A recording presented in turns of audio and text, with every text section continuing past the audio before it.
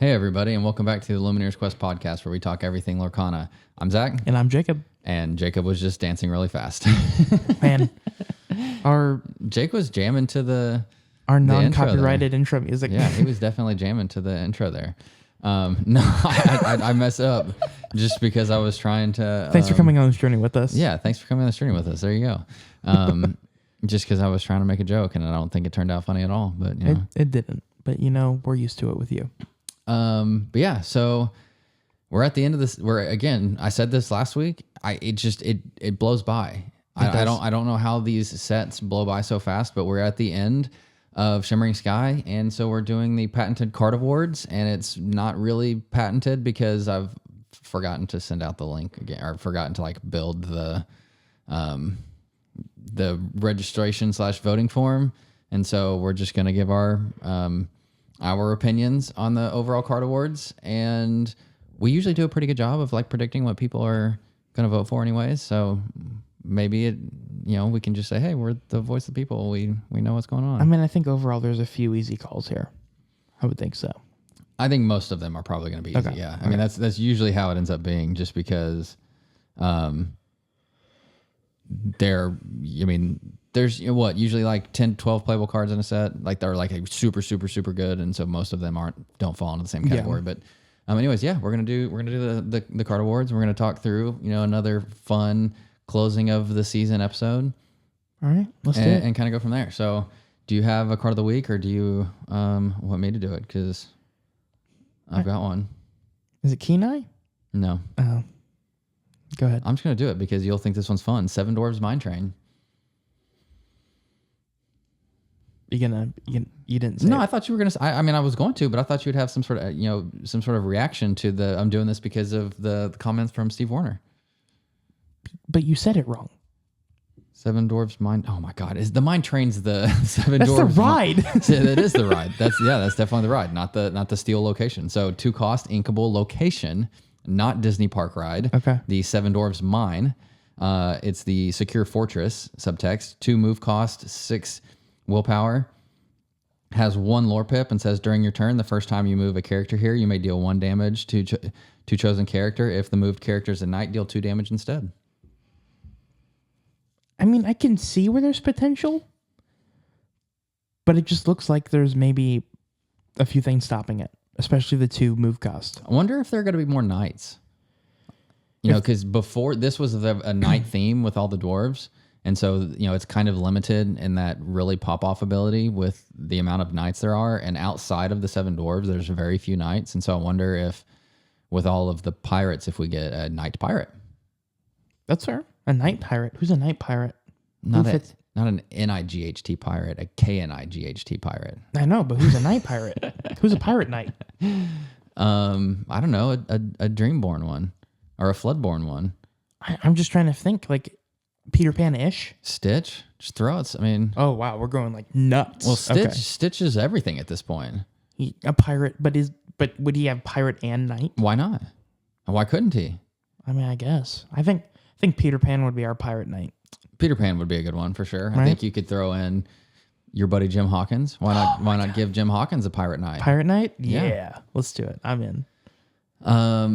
I mean, we got Pooh pirate I was about knight? to say we have a Pooh pirate, so why not a Pooh pirate knight? Pooh pirate I knight. actually was getting ready to say that. Okay, we're getting way off the rails here. Yeah, I think the reason I did this is because we talked about that in the past, and I think there potentially could be something there, and I've played around with it a little bit, trying to figure something out. But I wonder what other cards they're like, man, they haven't figured this one out yet. I don't know. Maybe he said that because he's foreshadowing, not because there's something out there already. What if I mean, literally just had that thought right this second.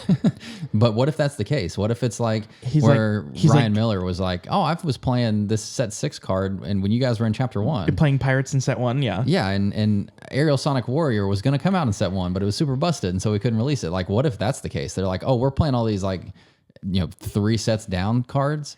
And we see how crazy it's going to be then. Maybe Steve was just go on TCG Player and get those mine. Maybe get he a play was. set. Do I need to go buy some foil mines?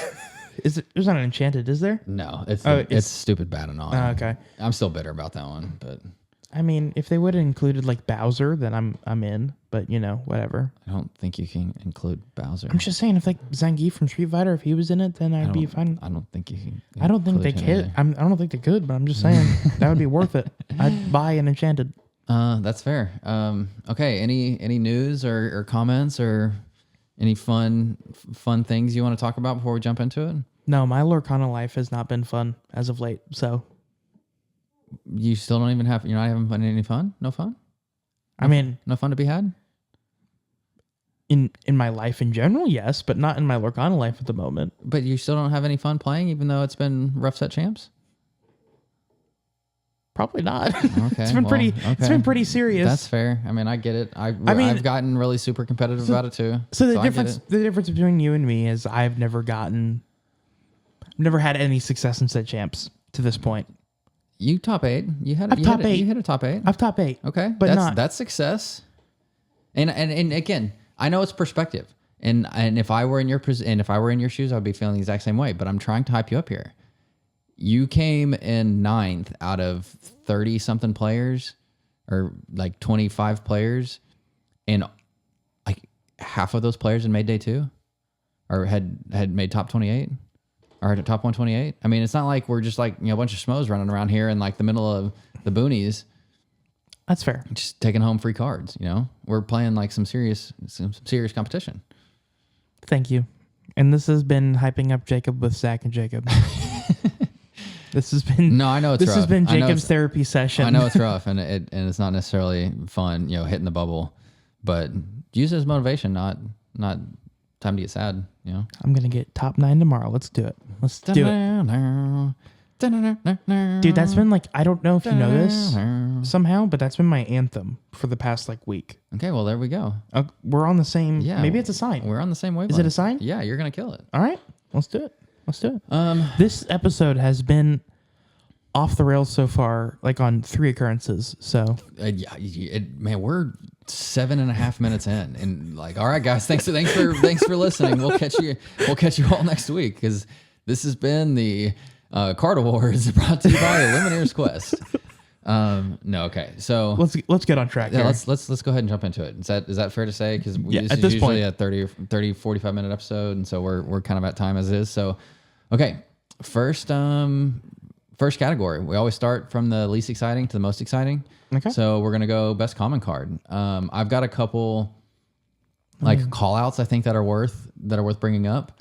So if you want me to just say those real quick, I will. First one being Cogsworth, Illuminary Watchman, the 1/1/1/1 rush that grants any character rush and Amethyst. I think that's very deserving to be on the list. I think you've got Clarabelle, Clumsy Guest, the 1/1/2 quest for 1. That's basically the 3 cost, because it says when you play this, you may pay 2 to banish a chosen item. That's a pretty playable one that we've seen quite often. We have Visions of the Future. We know where my vote's going. Rudy. Yeah. Rudy. Oh, the new vanilla, the new 2/2 vanilla. Yeah, he's probably worth mentioning. Okay. And then last one, just so we have this rounded out nice and easily, would be Happy, the Lively Knight, your favorite of the dwarfs. Okay. So is this pretty weak? Is this a competition? It's just Visions, right? I mean, overall, like, it's a little disappointing in the common department, I think. There's definitely a world, again, where like Cogsworth could take this. I think Cogsworth is still one of those cards that could just catch your opponent so off guard. And that's fair. And can really like change it, like swing the tempo a little bit. But there's just the continued value that you're basically guaranteed from Visions of the Future makes it pretty much a no-brainer in my book. Yeah, same here. I mean, there's, in my mind, no real competition here. So, best common card Visions for of the Future. Shimmering Skies. Award goes to Visions of the Future. Okay, moving on to the uncommon cards. Again, I can throw out a couple notable inclusions here if we would like. Or we could just name the card. Let's not jump to conclusions here, because it might not be as straightforward as you necessarily would want. It is. I know what card is uncommon, and I know which one you're saying. But we've got the Library, a gift for Belle, the location in Amethyst. we have You're Welcome, the action/song, and Emerald. Would you agree that those are both very strong cards? And the next one here, and next to You're Welcome, I'd say is pretty strong too, to be honest. The Emerald Chromicon? Yeah, I'd say it's pretty good. Oh, it's insane. There are certain matchups where if that's played, like you're just kind of, up a creek in a really bad spot. Yep. Tippo, Growing Sun. Yeah. Also, would you agree that that's a very strong card? It is. Very strong card. There's one that topples all of these. Seven Dwarves Mine. We just talked about it. My boy. You might be referring to Pete, Games Referee. I am 100% referring to Keem. Just correct me if I'm wrong here, but he's a 3-cost inkable and steel with a 3/3 stat line quest for 1 and has the ability that says when you play this character, opponents can't play actions until the start of your next turn. No, I'm thinking of a different Pete. Oh, well, okay. I thought that was the good one. Okay. Pete, I was actually referring to Food Fight. Food Fights? Honestly, there was a world where I was like cooking up a food fight, and I definitely did that. Did not do that pun on purpose, but I was definitely cooking up a food fight inclusion to try to deal with Diablo, to not have to just like have a bunch of actions that like slow you down. Like you can just use it for one, like exert a couple characters, get rid of Diablo, and just like carry on about your merry way. It didn't get very far because of Pete, Games Referee. Yeah. See? So. Yeah, I mean, we talked about this in the last episode, and what some of the most memorable themes of the set are. And Pete is definitely the most memorable theme in my mind. Just being able to stop your opponents, be prepared, being able to stop your opponents, whole new world, being able to stop your opponents from discarding you if you're playing against Emerald Steel. Like, there's just the use cases are endless. And as we've continued down this path of Lorcana evolution, it just continues to be a very action song focused, heavy meta, and so anything that you can do to stop the focal point of the deck seems to be pretty strong. And so Pete, I think, probably fits that bill. So are we in agreement on that, or are we not in agreement? I'm not 100% sold yet that Pete is definitely the way to go there. We're in agreement. Okay. I won't drag it out any longer. Pete, Games Referee, gets the award, best common card, Shimmering Skies. Okay, rare is actually interesting. But I think I have my pick. I think it's a little interesting, unless I'm missing a main one. We've got a couple like semi-notable inclusions. Like I would like to throw in the Moana from Emerald or from Amber, the 3/4 stat line quest for 2 vanilla. That's just a big body for 3. That's fair. Again, I think it started to pop up in times just because. Again, there's like so much double shooting of cards and so much damage going around that it can be helpful. Is it the best? Probably not. Moving on, I think you've got Banzai in Emerald, the 3/2 stat line quests for 2, costs 2. So again, you get a 2 quester on 2, which is rare-ish, but then a 3/2 stat line is insane. So I think that one's pretty strong and worth noting. We've got Chicha in Sapphire. The 2/1 has support, and anytime you ink for the second time during your turn, you get to draw a card. I think that was definitely one of the hyped cards along the way early on. And then lastly, I think we have to include Doc Bold Knight, the 1/3 2-cost uninkable quest for 1 and steel. It says when you play this character, you may discard your hand to draw 2 cards. This is one where this is kind of a tough one. I wish we had a pull on this one because I'd be interested, but I'm gonna go with Bonsai personally. I would like to say Chicha or Doc, but just given the actual success that a card has had, I don't think I can argue with you. As much as I would like to give some fun banter back and forth here, I really don't have a strong argument from. I'm gonna go with Iago Fake Flamingo then. Okay. Let's do that. No, you're just trolling now. Sorry. My bad. There are a couple of the notables Sapphire Steel players that are on Chicha now. The no wheel list with Chicha going into Seattle. And so I think there's a potential notable like kind of caveat there because it had a lot of play early. I definitely played some people in Vegas that had Chicha, and I think it's seeing a little bit of a comeback here as of late. But yeah, again, to my initial point, I think Banzai has just had far and away like the most success and most inclusions of any of these cards thus far. And so I think as weird as it is. Like I think that is just a very like strange one. I think if you were to ask somebody that like didn't have a list in front of them what the best one would be, on the top of their mind, I think Chicha or I don't know, maybe the Doc Bold Knight would be like the first two that come to mind. Again, I'm just like kind of spitballing here, but yeah, I think it probably would not be Banzai, but it is. I think it is. And Banzai finally made the one drop Rafiki's second ability relevant. That's a good point. That is a good point. Yeah, that is a good point. Okay. Shimmering Skies, best rare card goes to Banzai. Have we agreed on all these so far? Unfortunately. Dang.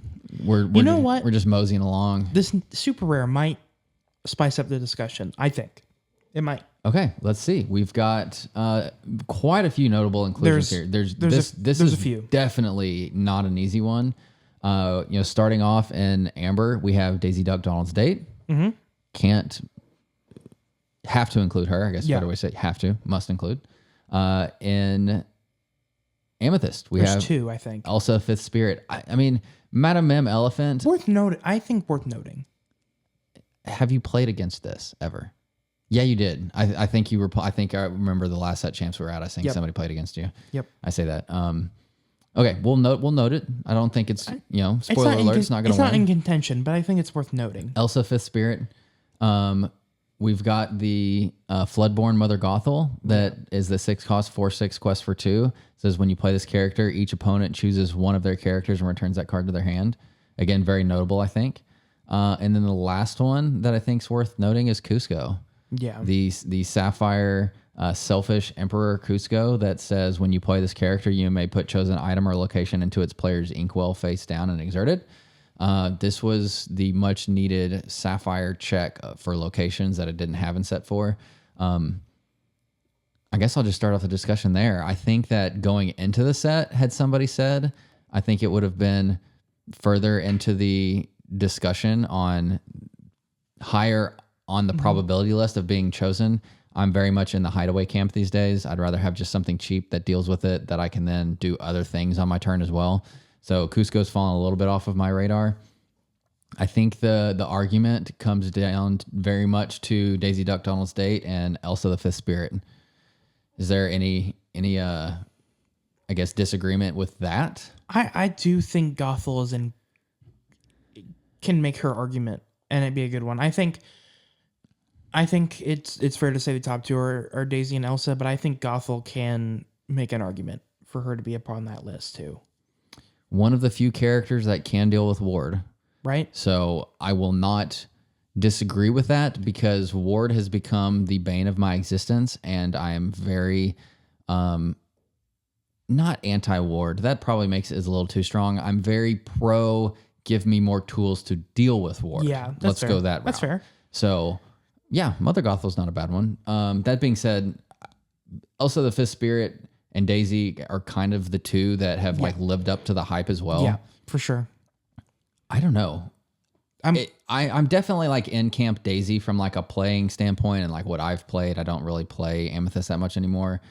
But Elsa Fifth Spirit is like one of my favorite cards. Dang, we're in the same camp, dude. No, I'm saying I'm picking Daisy. I'm just saying my heart wants to be able to pick Elsa. Okay, I'm in the Elsa camp for sure.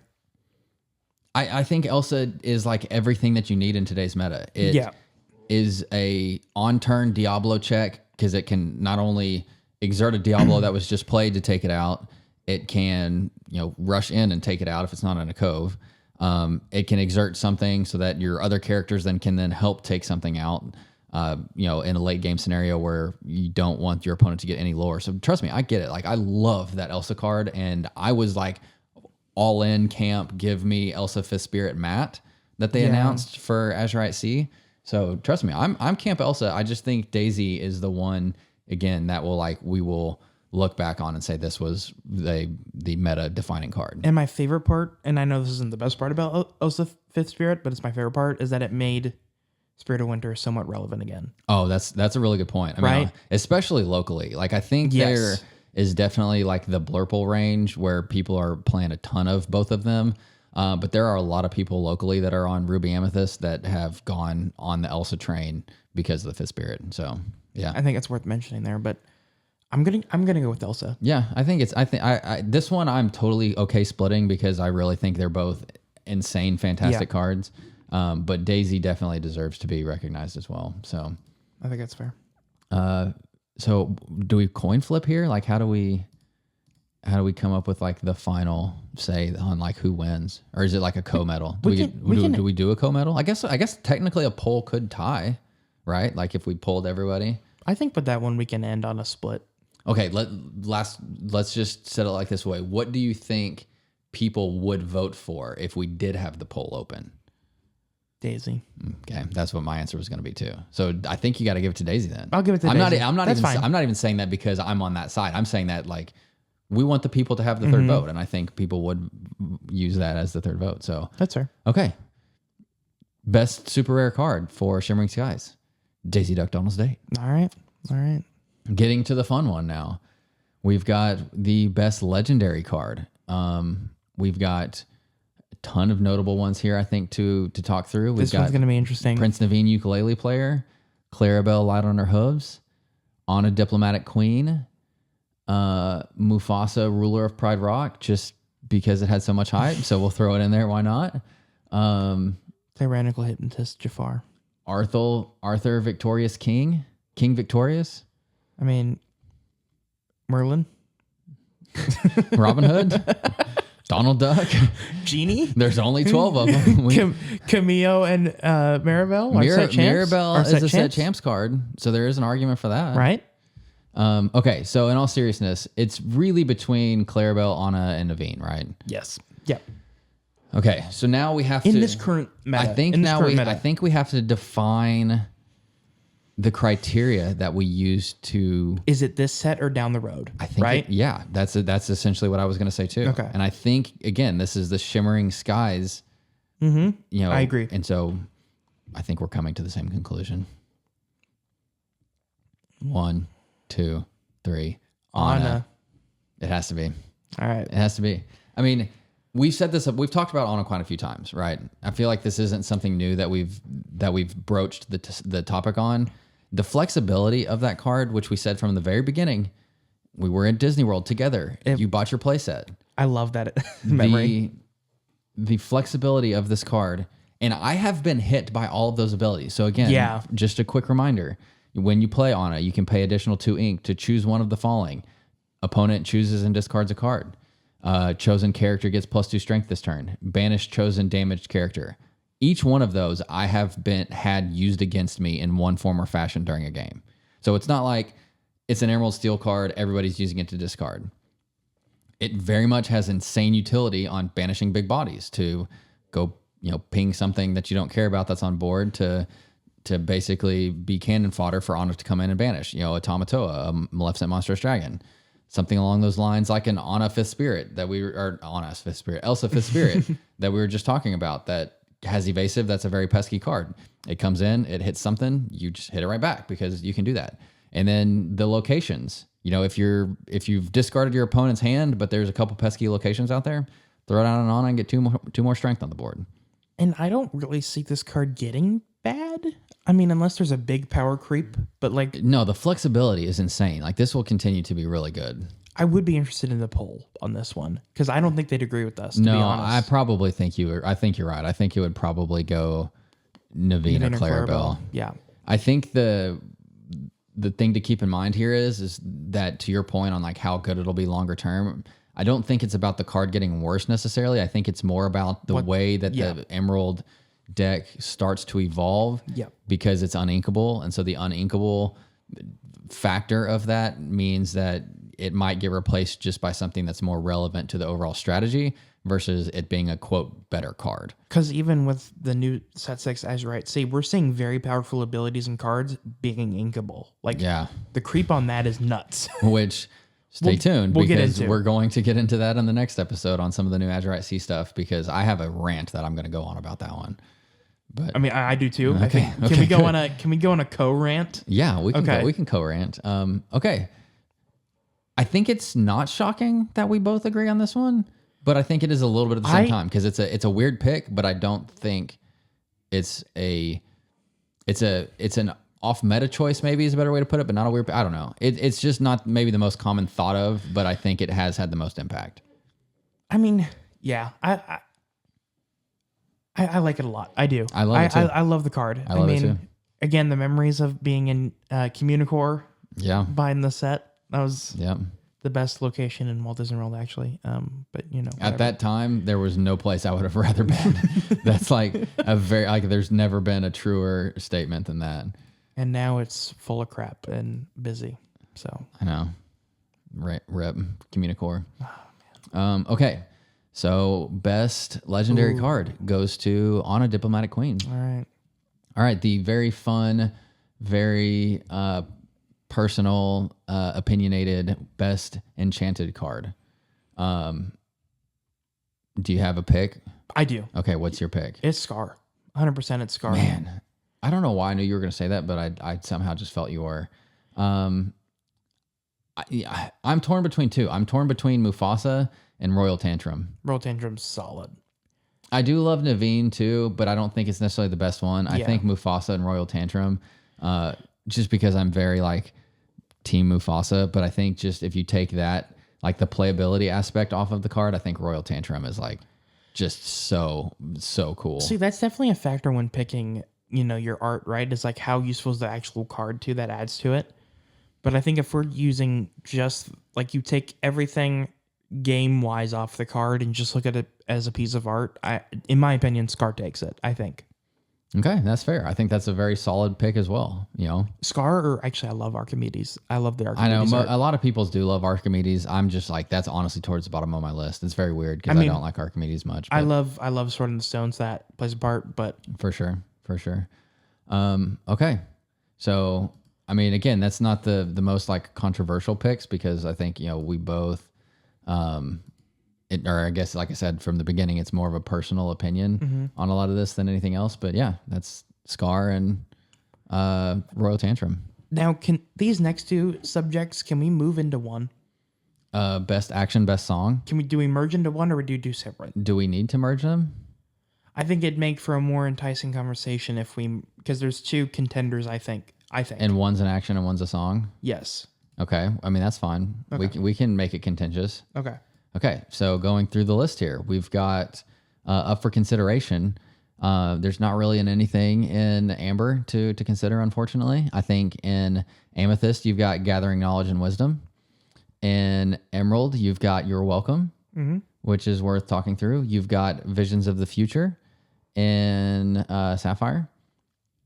And then moseying on the way down to Steel, there's Food Fight, which I talked about just a second. No, I'm kidding.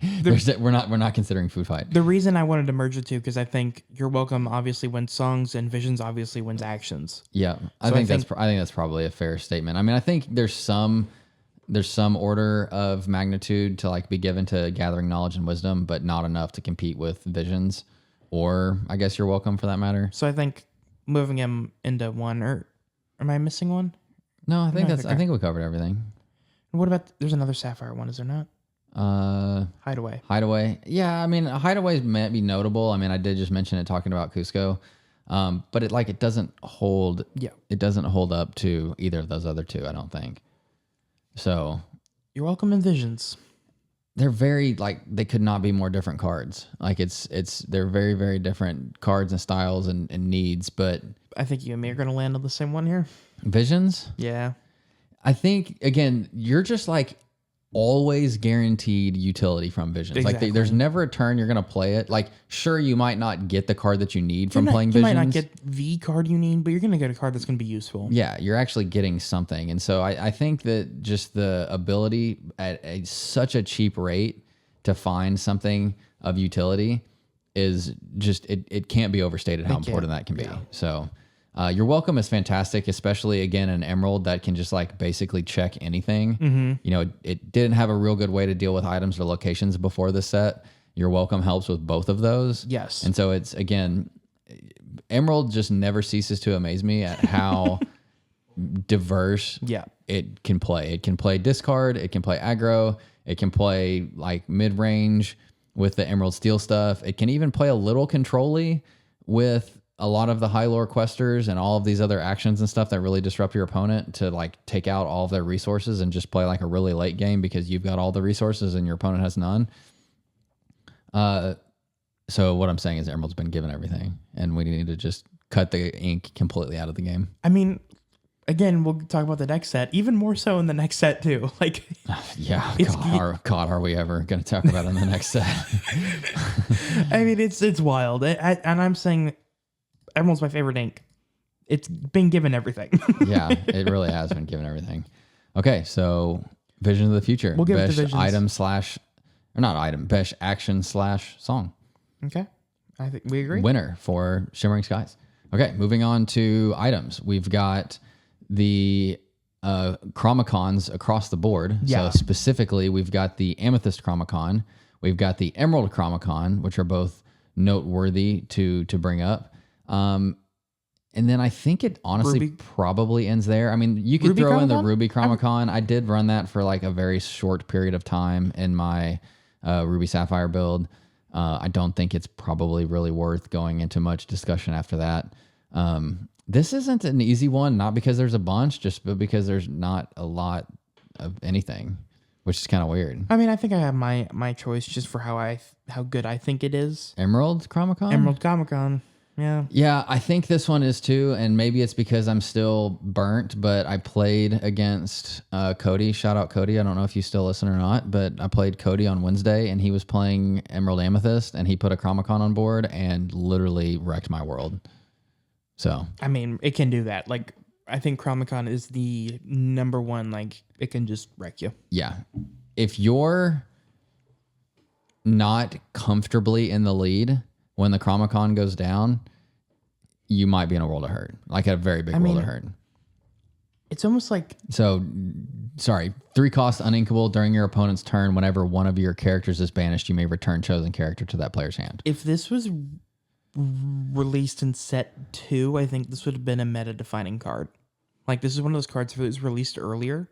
I could see that because maybe Emerald Amethyst like becomes like even more of a thing. Because now we have a lot of cards where on playability is like somewhat matters, so you don't want to bounce everything. Then it was... There wasn't a ton, Yeah. Yeah, no, I think you might be right. So Emerald Chromacon, Shimmering Skies, best item. Best item. Getting towards the end here. There's not a lot left. Is it even worth talking about locations? You just want to say library? I mean, I don't want to spend just like an hour on it because I think library probably is the... Rapunzel's Tower, I think, deserves an honorable mention. But Rapunzel, yeah, it deserves an honorable mention. It was in my deck when I won the Winnabox. Yeah. And it definitely... A 1/7 Piglet card, or not Piglet, a 1/7 Daisy card at the beginning of the set. Let me tell you, it really irked a lot of my opponents. I mean, it's the perfect beginning of the set card. Yeah, it really was. And then I guess we could talk about the Seven Dwarves Mine again, just for the funsies. But yeah, I mean, there's really no other location aside from the library that's like consistently been played and consistently had an impact on the game. Which, I mean, when you look at the card, it's like, yeah, that's going to see play. Yeah, of course. I mean, again, anything in Amethyst that's drawing cards, like some people are going to find a way to work in. Okay, so best overall card, just, across all of those topics now that we've covered. Is it a competition? Like, are we just saying Pete and moving on? I mean, is there an argument? I do think there is an argument for something like Visions. Yeah, I mean, I think there's definitely an argument, but think about it this way. I agree. It is Pete. Pete's played in Emerald Steel. It's played in Steel Song. It's played in Amethyst Steel. I mean, I know it's not the most like, well-rounded deck that everybody's playing, but Sapphire Steel, I mean, like all the Steel decks, Emerald Steel, Sapphire Steel, Steel Song, Amethyst Steel, like it's a 4 of in every deck. And I think we've said this in the past, like anytime you have a 4 of in every deck that it could possibly be played in, like that's a sign that it's a pretty busted card. No, I'm not arguing with you. I completely agree. I'm just saying, like, I think if there's one that was in contention to go up against, I hear you, Pete, it is Visions. I hear you. I think. Yeah, I hear you.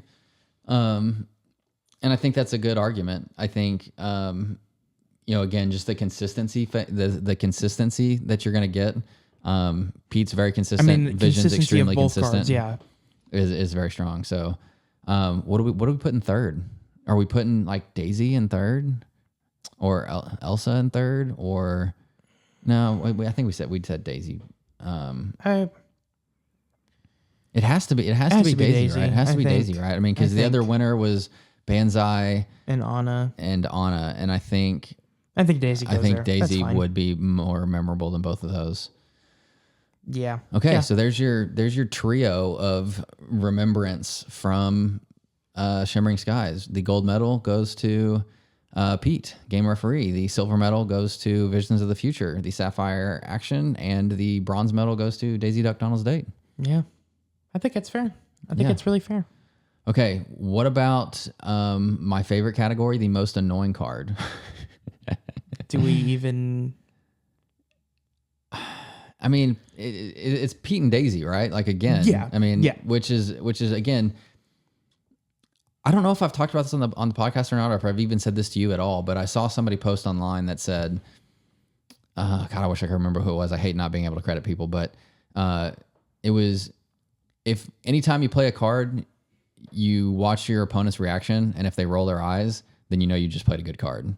It's basically the eye roll test. It's like, okay, if you play a card and your opponent goes, ugh, that card, then you know it's a good card because they don't have to deal with it. And I would say Pete and Daisy are those two cards. I mean, there's nothing else that's like, oh my God, not that. I will say this, I'll give you an eye roll in Visions. It's like, okay, they're getting exactly what they want.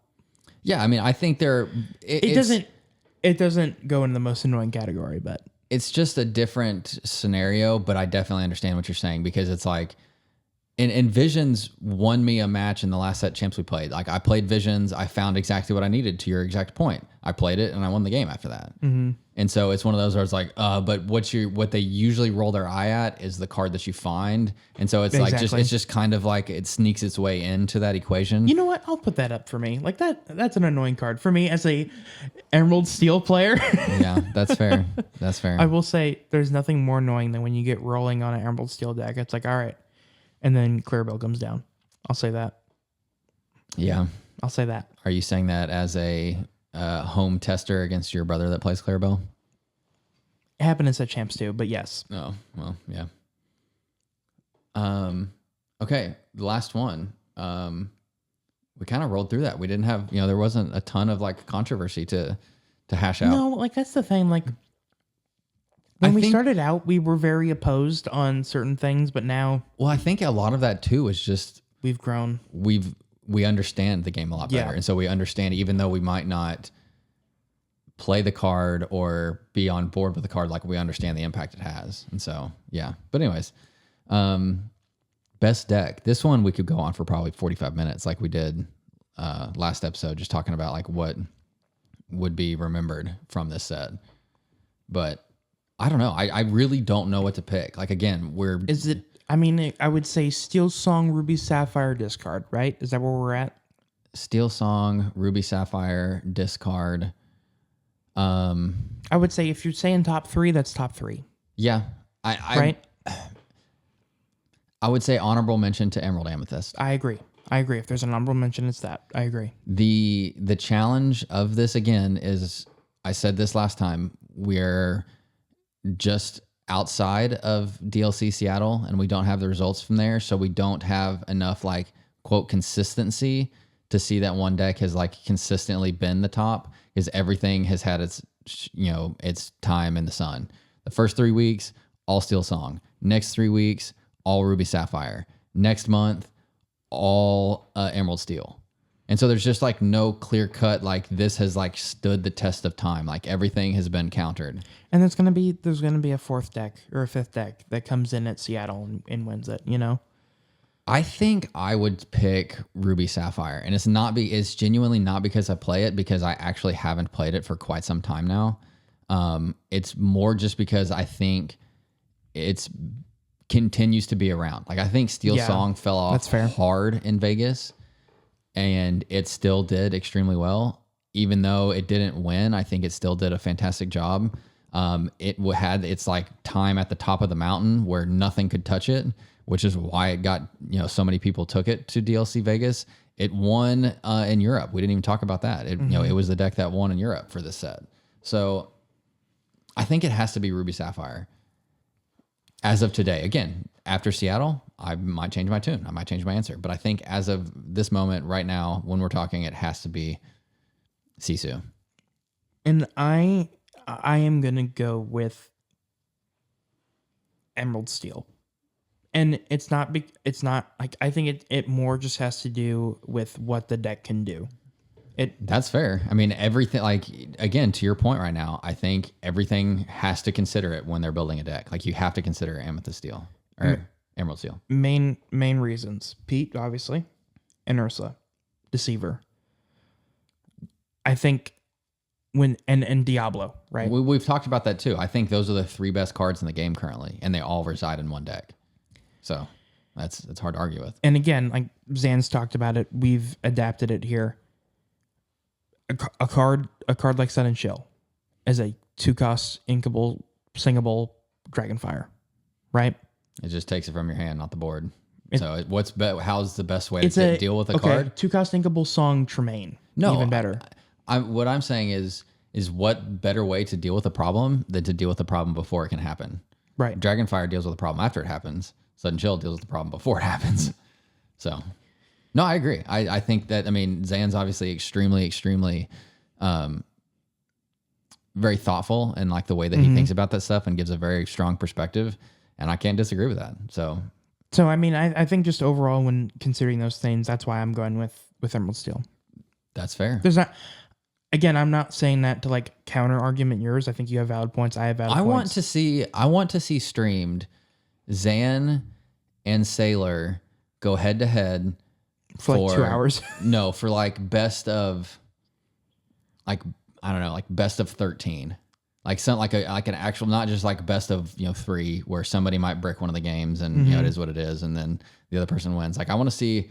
We'll even say like, I mean, I'm just making this up so I can say whatever I want. Let's say best of 21. First one, best of 21. First one to 12, essentially. I'd watch the entire thing. That's what I mean. Like, I just want to see if there is a deck that does show that it's much more consistent than the other. Because I have a feeling with, the best pilot of each archetype, I would consider them the best of each of their different decks at least. That it would be very, very close and it would be extremely back and forth for most of the matches. Yeah, I mean, probably has a lot to do with on play. Probably. Maybe not. Maybe it's more mulligans and draws and stuff. I think it's a lot more mulligans than on play, on mulligans and draws. And obviously, I think they're going to understand like the actual, I guess, like severity of problem that they might be in, and be able to like react accordingly. Where some of us like might freak out more than we necessarily should, given certain circumstances that we're finding ourselves in different matches. But I'd pay $5 to watch that. Pay-per-view? Yeah, I'd pay $5 to watch that. I'd be down. I think that's an event like when you get like your Locana buddies and watch it like I would extent. Seriously, like that would be really, really fun to watch. But anyways, yeah, I again, if we're talking like best deck, I think there's a lot of different criteria that you could use to define what's the best. Consistency is obviously a massive one of them. Most power is obviously another one of them. Has the most flexibility, I think, is another one of them. And then just most like wins across the board, I guess, it's probably like the last one that I would say. And I think both of those kind of check all those boxes. And so it's really hard to define. But the other way I think that you could think about it is like, again, we talked about this last time, is like when you look back at this time in a year from now, what will people remember? And I think people will probably remember discard. I think so. And I say that because it's extremely good, obviously, but also because it's just incredibly oppressive and people hate playing against it and hate having to deal with it. And so it just annoys people, to beyond belief. And yeah, so I think if there was a most annoying deck. Yeah, I mean, there's like, that's like a hunt. Like, I think if somebody doesn't pick, I mean, actually probably some people would pick hyper aggro. I would say if we had 1,000 votes, I would say over 90% of the people would pick discard. That's with fair. Probably 5% picking hyper aggro and 5% picking Sisu. Well, I think you hit the nail on that. It's nuttily annoying, if you can even say that. But Yeah, that's the end of the card awards. Best deck for Shimmering Skies goes to. I'll give it to you this time. I'll say Emerald Steel. Thank you. I'll take it. So, yeah, it's I mean, this one overall straightforward, I think. Yeah, I think there really wasn't. I mean, there definitely could have been more arguments, but I think everything was like in its own category. I think again, like the best quote card conversation, like you take Pete out of the equation, and I think there's probably 4 cards that you could really like have an argument for. Yeah, because again, Pete's just head and shoulders like S++ tier. I agree in its own world. So, what's the worst card of the set? Worst card? Do you remember? Do you remember? Like off the top of your head, as I remember. Wait, actually, I might be thinking about the wrong thing. Is there a card that has a negative? I think. Wait, hold on.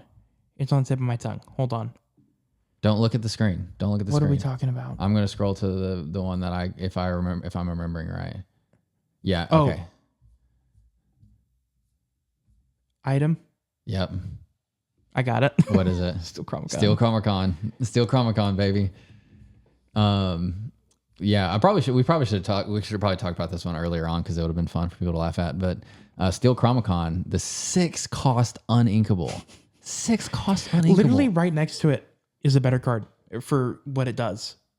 Which one? Badanon or Plate Armor? Kind of ish next to it. Dwarves Mine. Dwarves Mine. Dwarves Mine is way better. Steel Chromacon. Exert. Deal 1 damage to chosen character. Deal 1 damage. 1 damage to chosen character. You know how spicy that would have been if it was 3? If it was 3, I'd have figured out a way to play it. I'd have figured out a way to play it. 100%. Right?